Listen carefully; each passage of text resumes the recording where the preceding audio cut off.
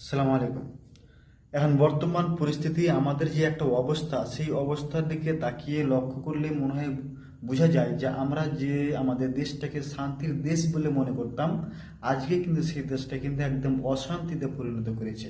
আর এই অশান্তিতে পরিণত করার দুটো পার্টির হাত রয়েছে। এক নম্বর হচ্ছে বিজেপি, দুই নম্বর হচ্ছে আরএসএস। তা আমি আপনাদেরকে বলতে চাই যে মুসলমানদের একটা সম্পত্তি থাকে, সেটা হলো ওয়াকফ বোর্ড।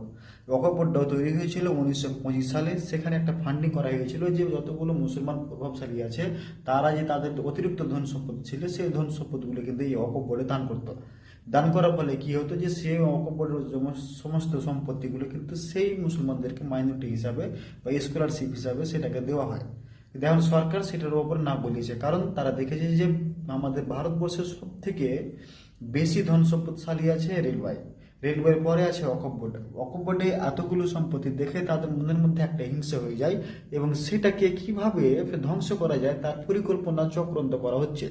চক্রান্ত করে তারা একটা বিল পাস করেছে যে ওয়াকফ বোর্ডের সম্পত্তি কিন্তু দেখভাল করবে একটা জেলা প্রশাসক, মানে ডিএম।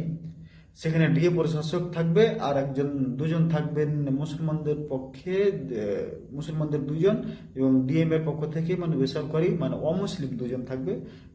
এবং দুজন সেই মুসলিম মহিলা কিন্তু সেখানে সহকারী থাকবেন। এই নিয়ে যে জিনিসটাকে দেখা গেছে যে মুসলমানদের যে একটা ক্ষমতা বা পাওয়ার থাকে, সেই ওয়াকফ বোর্ডের পাওয়ারটাকে তাদের কমিয়ে দিচ্ছে এবং তারা সেইটা নিজের হাতে কন্ট্রোল করছে।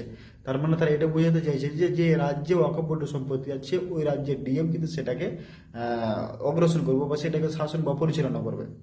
এবার কথাটা হচ্ছে, যেমন তারাও শাসন বা পরিচালনা করবে, তখন কিন্তু আমাদের বা মুসলমানদের কোনো এখানে অধিকার বা হক থাকবে না।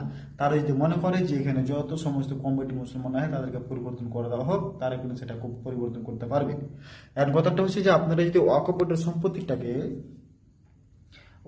সম্পত্তিটাকে যদি আপনারা বাঁচাতে চান, তাহলে কিন্তু একটা জিনিস করতে হবে। এটা কিন্তু জমি বিরোধী করতে হবে, আন্দোলন করতে হবে, যাতে করে এই ওয়াকফ বোর্ড বিলটা ক্যান্সেল হয়ে যায় বা রিজেক্ট হয়ে যায়। কিন্তু এখন কিভাবে রিজেক্ট হবে? কারণ কোর্ট সময় নিয়েছিল যে 2025 সালের এপ্রিল মাসের 2 তারিখে কিন্তু সেটাকে পেশ হবে। মানে আজকে হচ্ছে 1 তারিখ, মানে কালকে সকাল 10টার সময় পার্লামেন্টে সেটা উপস্থিত হবে, এবং সেটা নিয়ে এখন বহস হবে এবং বিল পাস করা হবে। এর পক্ষে যারা বেশি ভোট পড়ে, যদি এর পক্ষে বেশি ভোট পড়ে আর বিপক্ষে কম ভোট পড়ে, তাহলে কিন্তু সেটা পাস হয়ে যাবে।